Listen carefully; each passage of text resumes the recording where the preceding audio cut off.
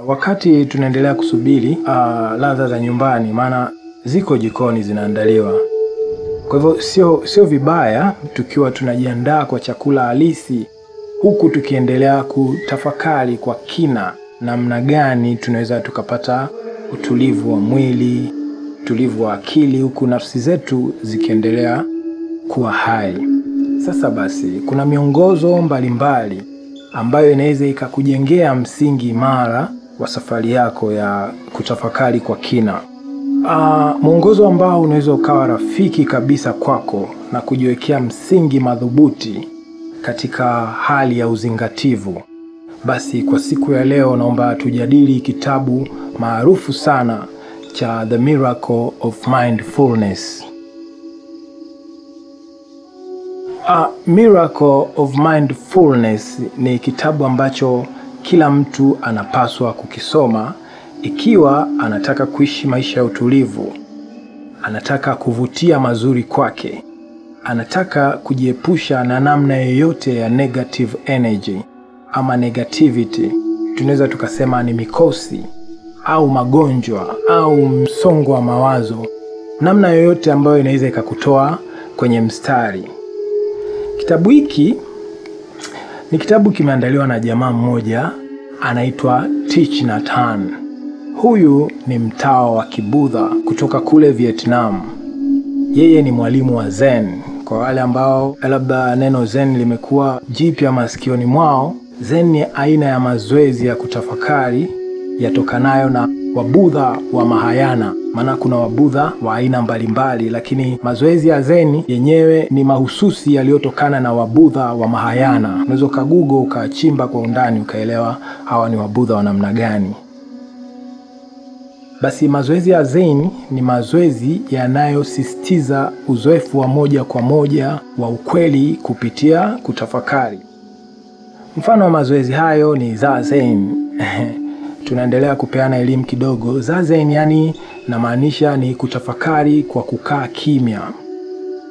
Sasa basi, mwandishi wa kitabu hiki tunamuita mwalimu, lakini vile vile yeye alikuwa ni mshairi na ni mwanaharakati wa amani, mwanaharakati wa upendo. Thich Nhat Hanh alizaliwa mwaka 1926, lakini akiwa na miaka kati ya 15-16 hivi, kijana mdogo kabisa, alijiunga na monastery. Yani inamaanisha monastery ni mahali ambapo watawa wa kidini huishi na kufanya mazoezi ya kutafakari kama vile kusali, kujifunza mafundisho ya kidini.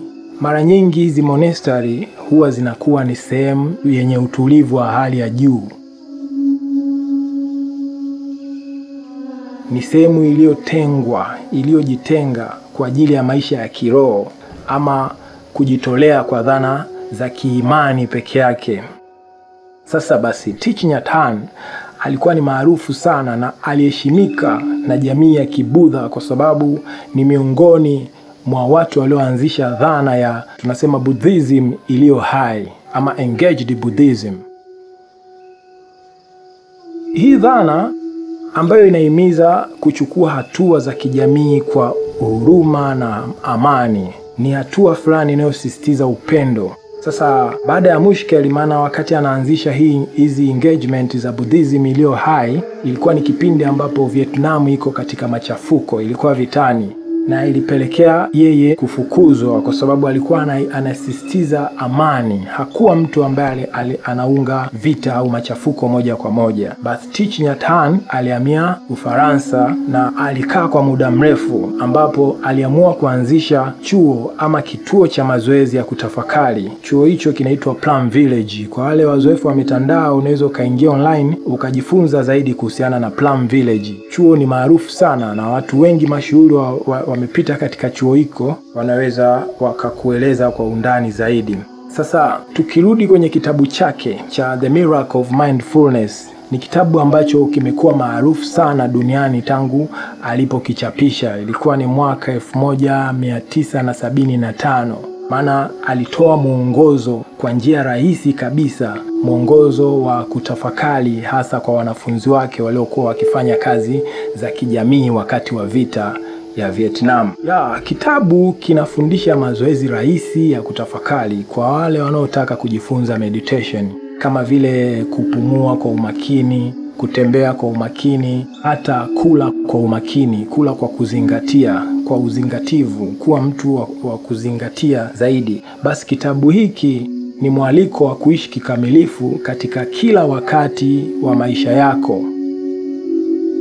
Kuna watu mbalimbali ambao wamekipitia kitabu hiki. Wengi wao wameripoti kuwa ni kitabu ambacho kimewasaidia sana kupunguza msongo wa mawazo, ama kuongeza utulivu wa akili, utulivu wa ndani, utulivu wa nafsi, na hata kuboresha mahusiano yao. Kwa mfano, tunaweza tukamwangazia mwanadada mashuhuri sana kule Marekani, anaitwa Oprah Winfrey.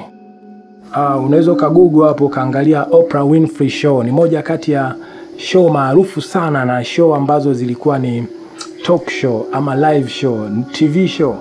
Ni moja kati ya show ambazo zilikuwa ni maarufu, na ni mwanzilishi wa show ambazo ni talk show. Oprah Winfrey ni mwanadada mwenye mafanikio makubwa sana, lakini hata yeye pia amekuwa akizungumza mara kwa mara umuhimu wa kitabu hiki, na amekuwa akikisifu sana, amekuwa akikitolea shuhuda mbalimbali kitabu cha The Miracle of Mindfulness cha Thich Nhat Hanh.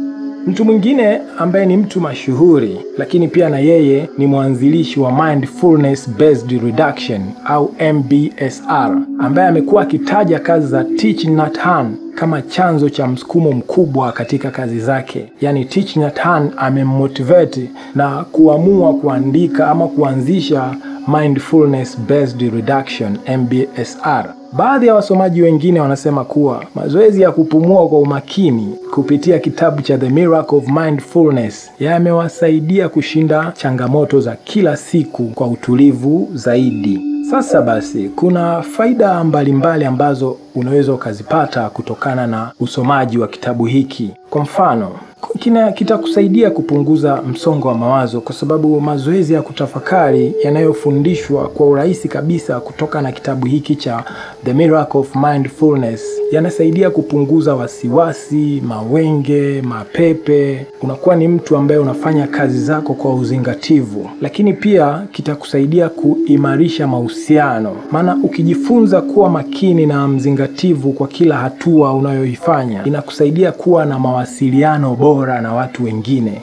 Unajua, mawasiliano ndio msingi wa kila kitu.